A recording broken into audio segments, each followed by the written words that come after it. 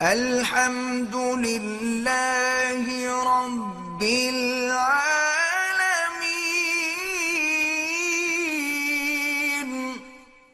کفر کے خیالات آتے ہیں، نعوذ باللہ یہ بھی خیال آتا ہے کہ جس مذہب پر ہوں وہ غلط ہے۔ یہ وسوسے ہیں شیطانی، یہ آنے دیں، اس سے پریشان بھی نہ اور ان کو بھگانے کی کوشش بھی نہ کریں۔ وسوسے کا علاج یہ ہے کہ اس کو لفٹ کرانا چھوڑ دیں۔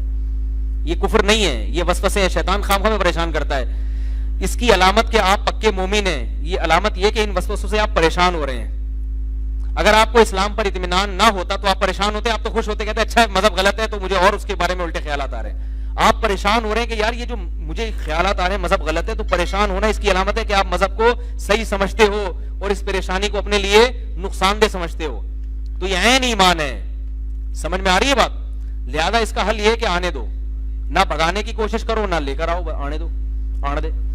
وہ تعویذ دیا تھا نا کسی نے کہ بھئی یہ کالا کتا کے تصور نہ آئے گھر میں جب داخل ہو، سنا ہے نا؟ وہ ایک پیر نے کسی کو تعویذ دیا، 1,00,000 روپے لے لیے، بولا یہ تعویذ جب اثر کرے گا جب گھر میں داخل ہوتے ہوئے دماغ میں کالا کتا نہیں ہونا چاہیے۔ اب کس کے دماغ میں کالا کتا ہوتا ہے بھائی؟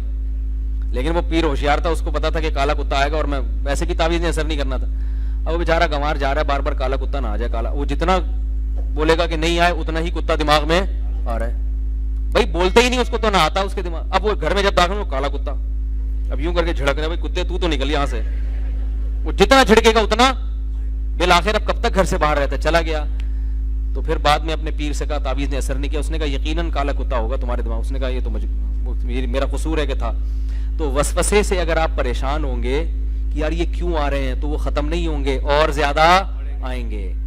تو کالے کتے کا علاج یہ نہیں کہ کتا بھگاؤ دماغ سے، اس کا علاج یہ کہ آ رہا ہے تو آنے دو، اپنے کاموں میں مشغول رہو، خود ہی کتے متے جتنے کتے بلیاں ہیں سب خود بخود بھاگ جائیں گے۔ اگر پہلی رکعت نکل جائے تو کیا نماز مکمل کرنے کے بعد وہ پہلی رکعت جو رہ گئی وہ پھر نہیں پڑھنی، وہ پھر بھی ہے یا آخری رکعت بغیر صورت ملائی؟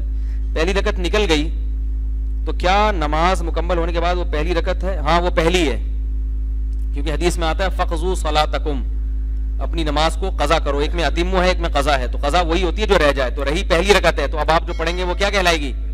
امام جب سلام پھیرے گا، جب آپ کھڑے ہوں گے تو وہ پہلی رکعت جو امام کے ساتھ نہیں پڑھی وہ والی پڑھ رہے ہیں آپ، سمجھ رہے ہو؟